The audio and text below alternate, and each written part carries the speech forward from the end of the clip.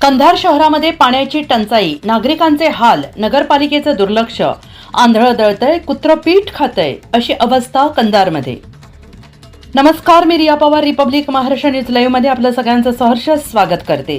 ही बातमी आहे कंधार येथून आमचे प्रतिनिधी संतोष सोमासे यांच्याकडून. पाहूया सविस्तरपणे. कंधार शहरालगत मन्याड नदी आणि जलतुंग तलाव असताना देखील कंधारवासियांना भरावं लागत आहे टँकरने पाणी. आज कंधारमधील पाणी टंचाई पाहता कंधार शहरातील खूप मोठी दुरावस्था आहे आणि हे आपल्याला पाहायला मिळत आहे. कंधार शहरातील नगरपालिकेच्या पाणी पुरवठा अंतर्गत मोटारीचं बिल कंधार पालिकेने न भरल्यामुळे आज कंधारवासियांना हे कडक उन्हामध्ये वनवास भोगावा लागतो आहे. हे मात्र नगरपालिकेच्या भोंगळ्या कारभारामुळे. आज नळाला पाणी न येता टँकरने 6 ते 7 दिवसाला एक टँकर एका गल्लीत येतो आहे.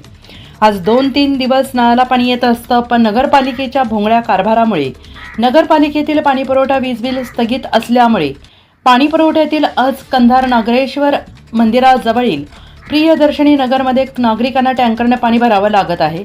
अशी अवस्था कंधारवासियांची झालेली आहे. हा नगरपालिकेचा भोंगळा कारभार आहे. नळपट्टी, घरपट्टी सुरळीत ग्राहकांनी भरली असताना लाईट बिल कसं काय स्थगित, असा खूप मोठा प्रश्न नागरिकांमध्ये निर्माण होतो आहे. एवढी मोठी वसुली होत असताना पैसा गेला कुठे, असा खूप मोठा कंधारवासियांमध्ये संभ्रम आहे की एवढी खूप मोठी वसुली होते आणि पैसा जातो कुठे. नगरसेवक येतात, पैसे देतात, मतदान घेतात आणि मतदानावेळी आश्वासन देतात. कित्येक वर्षानंतर नगरपालिकेचे इलेक्शन झाले. या ठिकाणी नवनिर्वाचित नगराध्यक्ष, नगरसेवक निवडून आले, पण कंधारवासियांना तोच त्रास सहन करावा लागत आहे.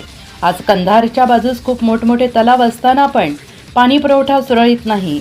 आज महिला असतील, पुरुष असतील, त्यांना जे आपल्या घरातील डब्बा, बादल्या, घागर यांनी पाणी भरण्यासाठी टँकरला रांगा लावत बसावं लागत आहे. आणि कंधारसारख्या मोठ्या शहरात टँकरच्या बाजूला घागरी घेऊन रांगा आणि गर्दी होणं ही खूप मोठी लाजिरवाणी गोष्ट आहे.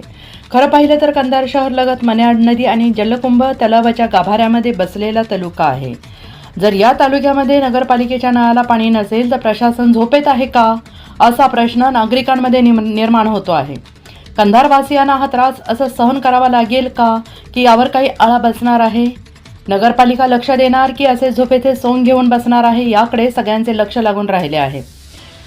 असेच बातम्यांचे नवनवीन अपडेट्स पाहण्यासाठी पाहत रहा Republic Maharashtra news live. Like करा, शेअर करा, कमेंट्स करा.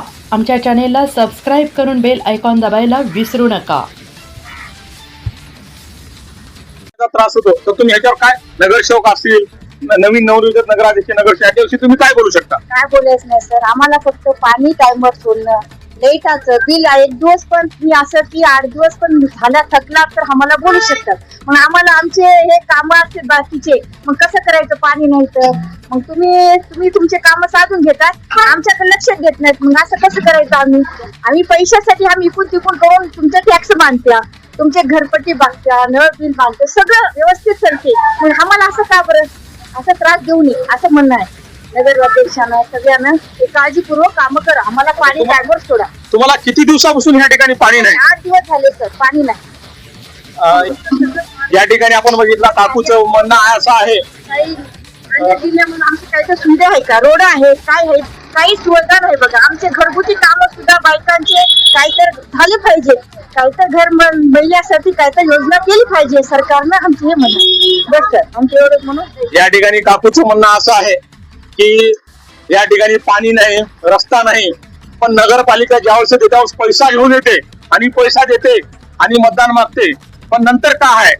आज आपण 2 ते 3 महिन्याखाली आपण बघता नगरपालिकेचं इलेक्शन झालेलं आहे, तर त्या ठिकाणी आपण बघू शकता. पण ह्या ठिकाणी नगरसेवक असतील, नगराध्यक्ष असतील, तर त्यांची मनमानी आणि त्यांचा राजकीय कारभार आपण बघू शकता. या ठिकाणी खरंच जनतेला या ठिकाणी खूप त्रास व्हावा लागतोय आणि जनतेला खूप मोठा पाण्याचा त्रास या ठिकाणी भोगावा लागते. आपण बघूया.